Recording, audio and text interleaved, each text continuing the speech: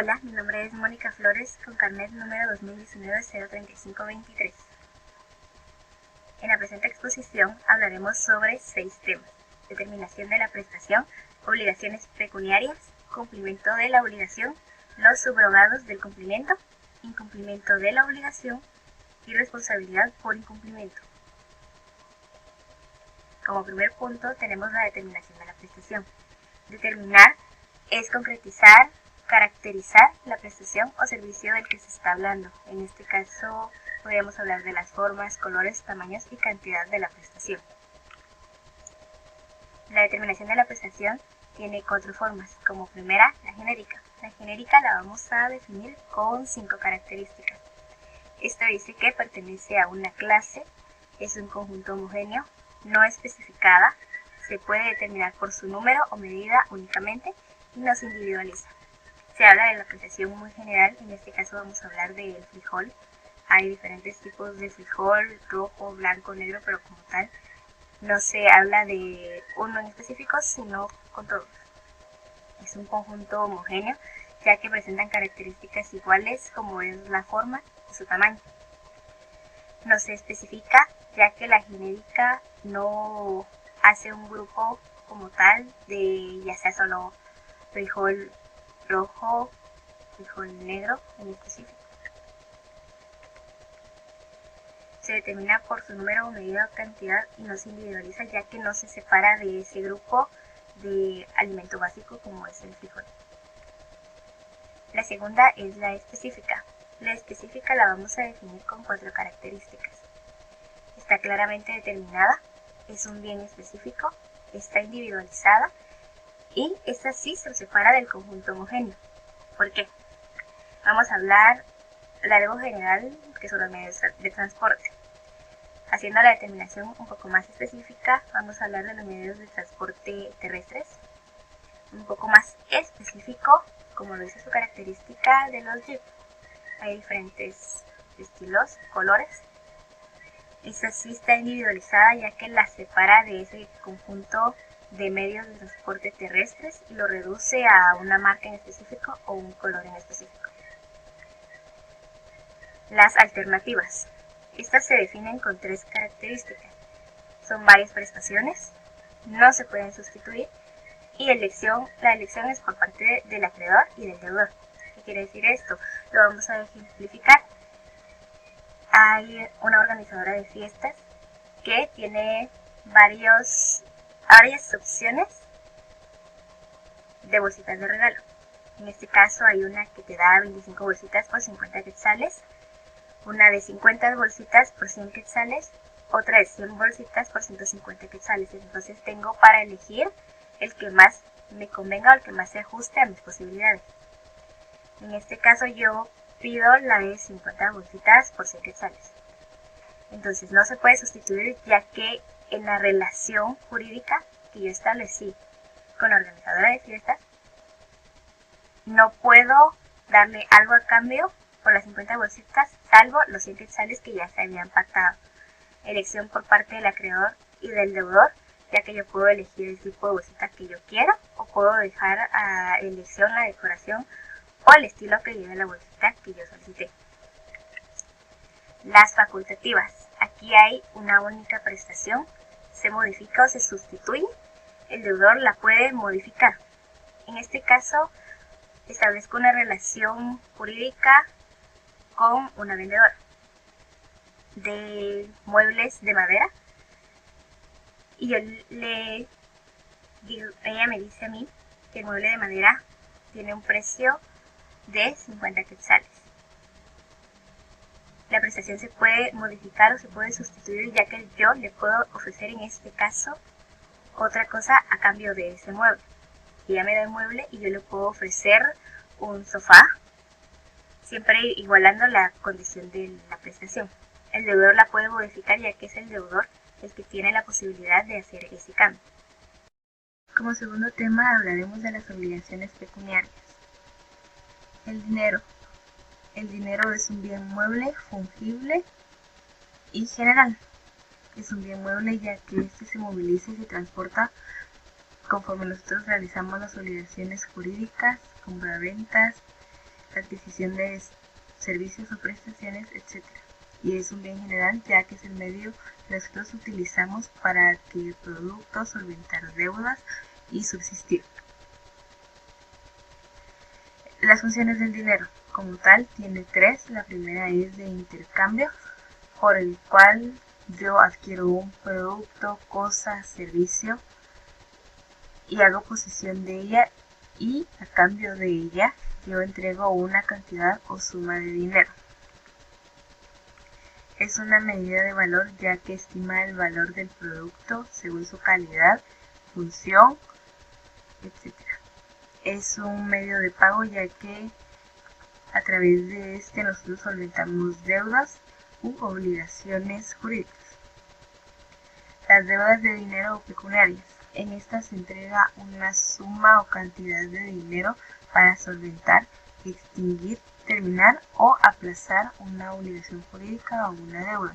Para dar un ejemplo de un pago por plazos, puede ser cuando yo hago un contrato de arrendamiento, abro esa relación jurídica y pago. Al siguiente mes yo sé que tengo que volver a pagar y al siguiente mes lo mismo. Las deudas de dinero o pecuniarias se dividen en las deudas de suma de dinero y las deudas de valor.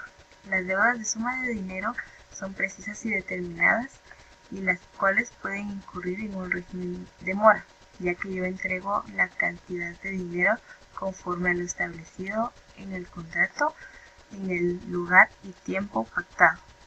Las deudas de valor son un equivalente económico del servicio de la prestación y no son en sí mismas sino como valor de otro bien. Las alteraciones del valor de la moneda. En este caso vamos a tocar el principio nominalista, el cual nos hace ver que el Estado le otorga cierto valor a la moneda de curso legal para manejarla en el comercio. Esta está regulada en el 1395 del Código Civil de Guatemala.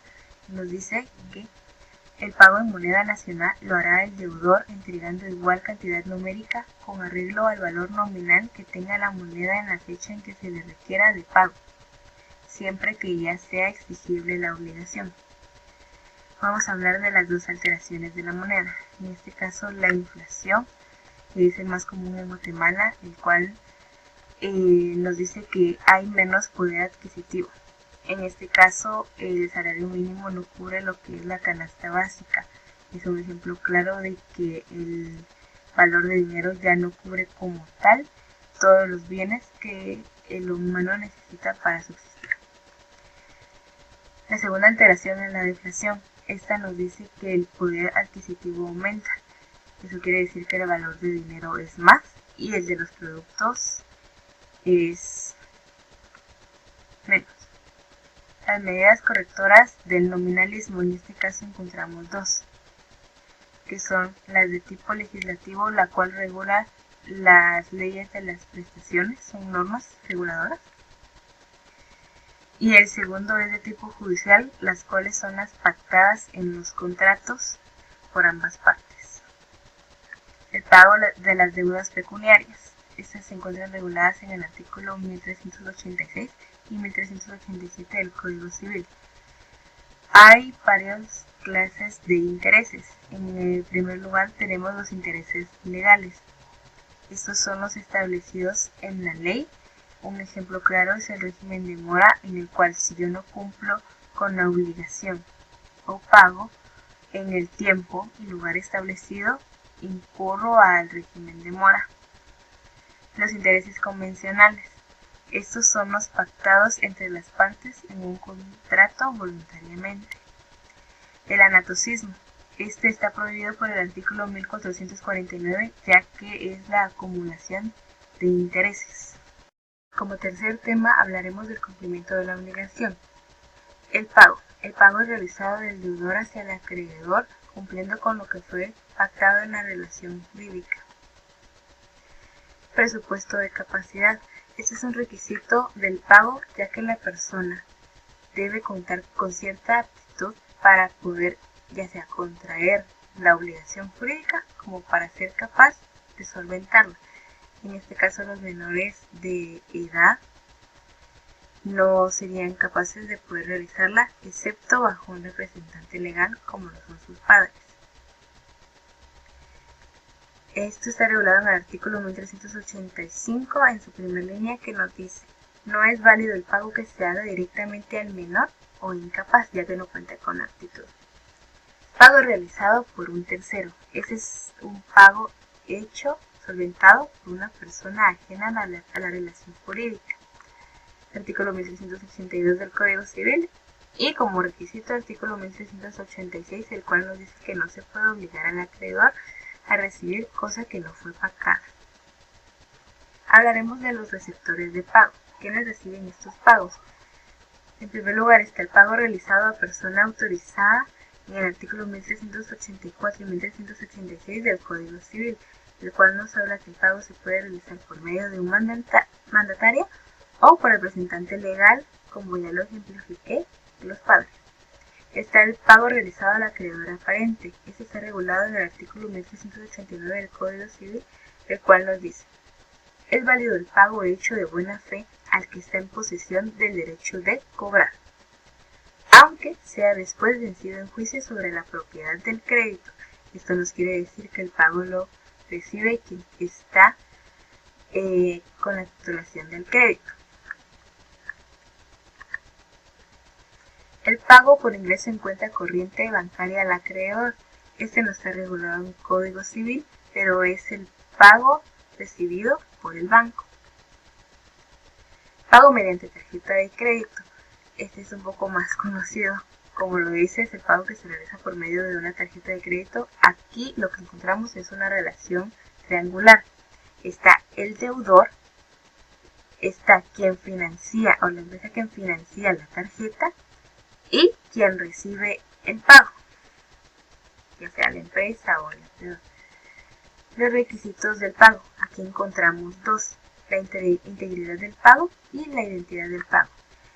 La primera, regulada en el artículo 1387. Esta nos dice que cuando yo me comprometo en la relación jurídica, cuando yo estoy dentro de esa relación y pacto con una empresa de muebles de madera un mueble, un ropero, valorado en 500 quetzales. Yo pacto pagar y acuerdo esos 500 quetzales. Entonces yo tengo que cumplir íntegramente con ese pago, darlo por entero, con la cantidad acordada. No puedo pagar más, ni tampoco es válido pagar menos. Identidad del pago. Esta nos dice, como en el ejemplo anterior, que yo tengo que cumplir con lo que fue pactado. No puedo hacer un intercambio si no fue lo que yo acordé. Como nos dice el artículo 1386 ya mencionado, no puedo obligar al acreedor a recibir otra cosa que no fue pactada. En este caso no podría obligar a la fábrica de muebles a recibir otro pago que no sean los 500 quetzales acordados. Momento temporal del cumplimiento. Esto nos establece un lugar, un tiempo, como lo dice, una fecha establecida para poder cumplir con el pago. Si yo no cumplo con eso, incurro en lo que es la mora.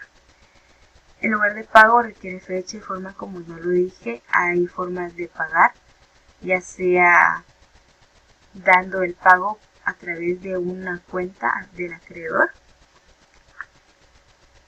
El pago en las obligaciones sometidas a condición. Este es el resultado de un acuerdo entre las partes. Esto quiere decir que se pactan condiciones para poder realizar el pago o la adquisición de la prestación o el bien, regulada en el artículo 1269 del Código Civil, el cual nos dice lo siguiente: en los negocios jurídicos condicionales, la adquisición de los derechos, así como la resolución o pérdida de los ya adquiridos, depende del acontecimiento que constituye la condición.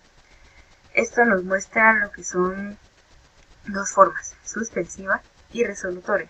La suspensiva nos dice que yo acuerdo un bien a futuro, una prestación que yo todavía no he recibido.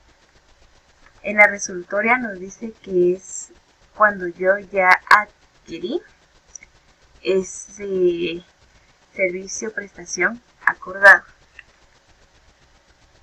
La prueba de pago en el artículo 1690 del Código Civil. En eso se puede encontrar el recibo o la factura, el cual es una forma de probar la extinción de la obligación. La imputación de pagos. Aquí nos encontramos con que el deudor cuenta con varias deudas. Tenemos varias prestaciones a las cuales se le asigna una cantidad de dinero. En el artículo 1406 del Código Civil nos regula: si en el caso yo tengo una deuda y voy y la pago, pero no especifico hacia qué bien o hacia qué deuda va realizado ese pago. El Código Civil nos dice que si no se especifica a qué bien va dirigido el pago, se acreditará a la del plazo vencido. Por ejemplo, yo tengo una deuda de 2 televisiones. Una la adquirí el 1 de enero y la otra el 2 de febrero. En este caso la del 1 de enero está por la fecha en un plazo ya vencido para pagarlo, y la del 2 de enero no. Entonces el pago se acredita a la primera televisión. En ser las dos de plazo vencido, se aplicará la que es más onerosa. Por ejemplo, una tele vale 3.000 quetzales y la otra 2.000. El pago se realizará a la de 2.000 quetzales. De ser ambas onerosas, o sea, de la misma cantidad, si ambas teles valen 3.000 quetzales, el pago se acreditará a la más antigua. En este caso, a la que compré primero sería la del 1 de enero. En caso de que las dos televisiones fueran de la misma fecha, por ejemplo, en el 1 de enero adquiridas, el pago se realizará proporcionalmente. Si yo el pago lo realizo de 1.000 quetzales, lo acreditado será de 500 quetzales a cada televisión. Como cuarto punto hablaremos de los subrogados del cumplimiento. Ofrecimiento en pago en consignación. La ley lo que hace es proteger los intereses del deudor ante el acreedor, eso con el único afán de que el deudor, pueda cumplir con el pago de la prestación ante el acreedor, ya que hay casos en los que el acreedor no recibe el pago, se niega a recibir el pago para que los intereses del deudor sigan corriendo. En el artículo 1408 del Código Civil de Guatemala nos dice lo siguiente: se paga por consignación depositando la suma o cosa que se debe ante un juez competente. ¿Esto qué nos quiere decir? Esto no significa que vamos a ir ante el juez y vamos a reunirlo con el acreedor para pagar en frente de él y que como testigo, o llevar al juez al lugar de pago para que, como dije, lo atestigue.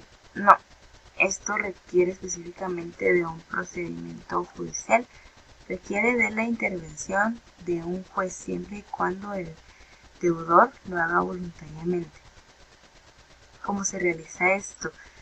Según el Código Procesal Civil y Mercantil, este procedimiento se lleva a cabo en la vía incidental por razón de la cuantía, siguiendo los requisitos del artículo 61, 106 y 107 del Código Procesal Civil y Mercantil.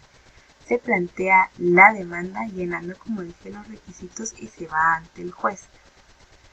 ¿Esto para qué?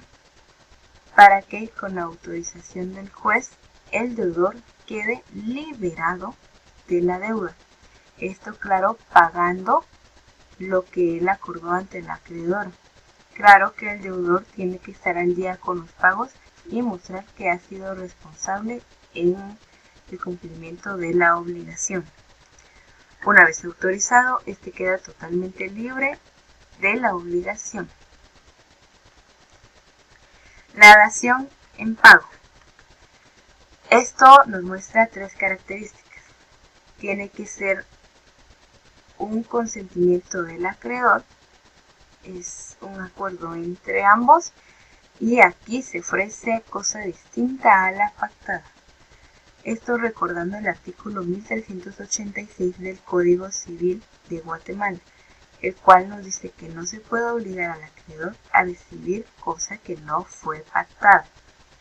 Por ejemplo, yo pacto con alguien, hago una relación jurídica en la cual acuerdo que se me será entregado un comedor, pero yo le ofrezco al acreedor un producto en las mismas condiciones y calidades que el que se me será entregado.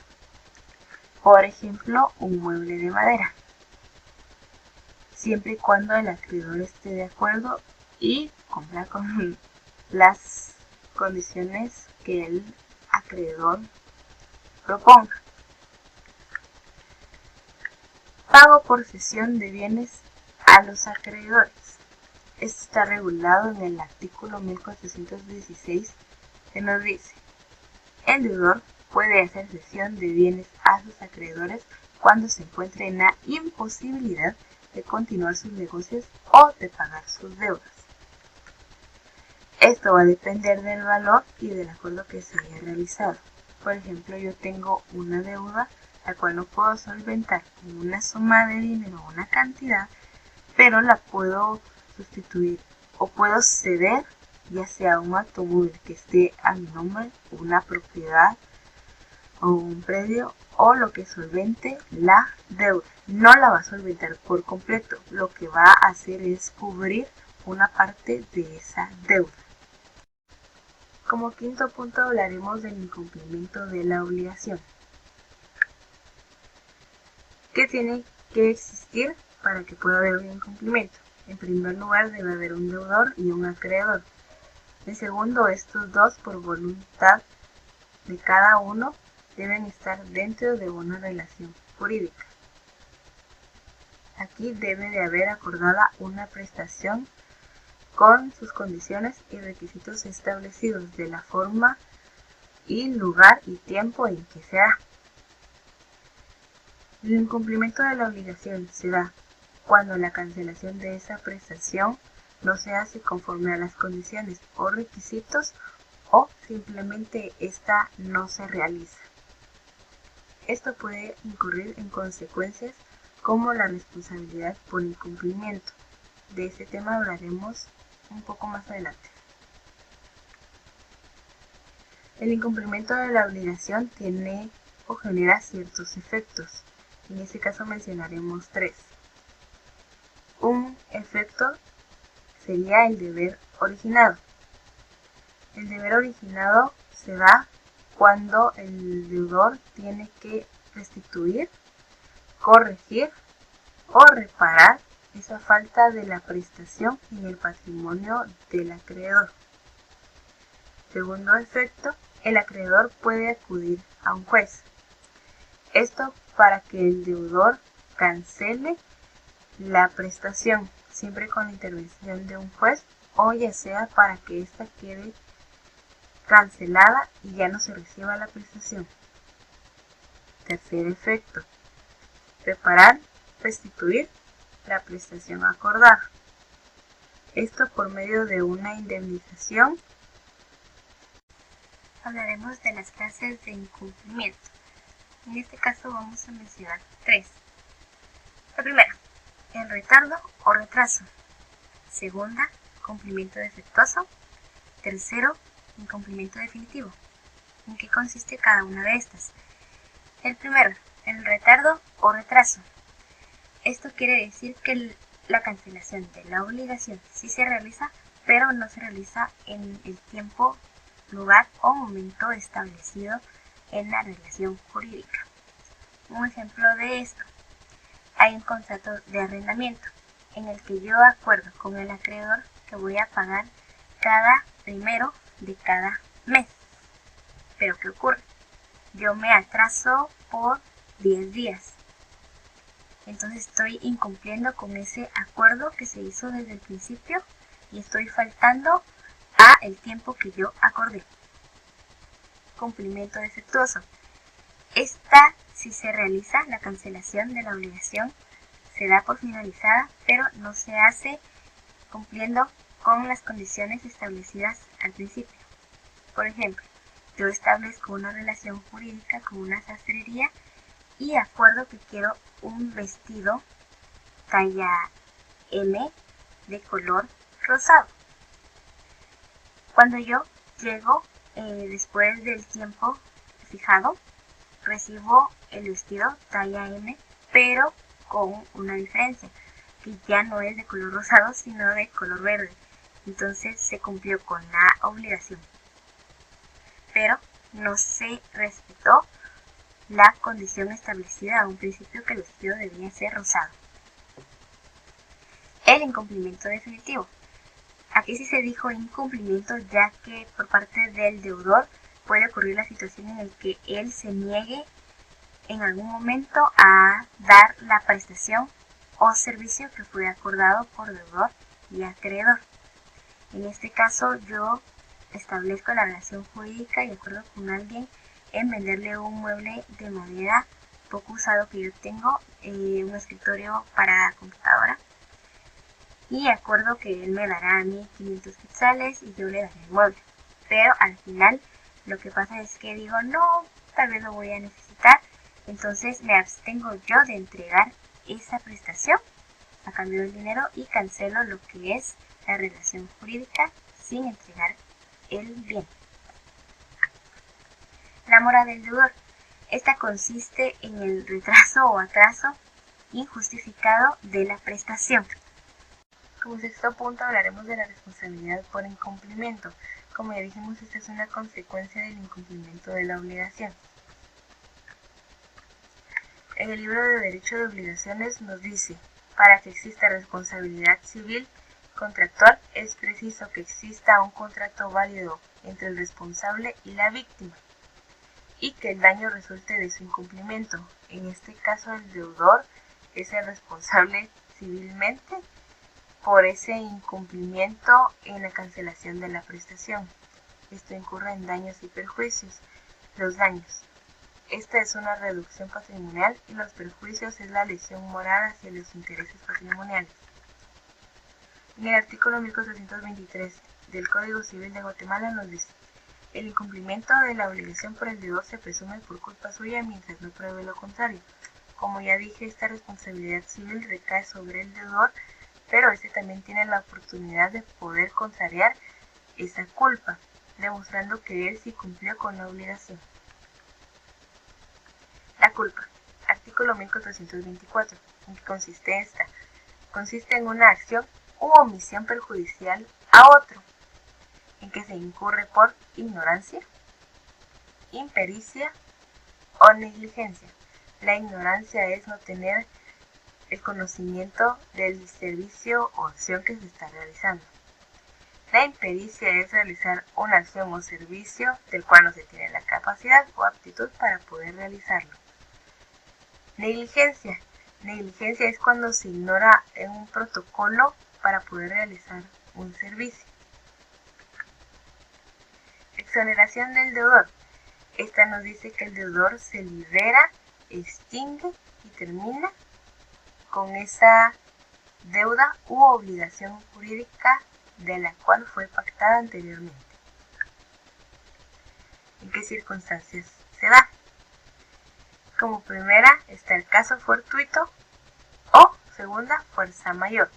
El artículo 1645 nos dice: toda persona que cause daño o perjuicio a otra, sea intencionalmente, sea por descuido o imprudencia, está obligada a repararlo, salvo que demuestre que el daño o perjuicio se indujo por culpa o negligencia inexcusable de la víctima.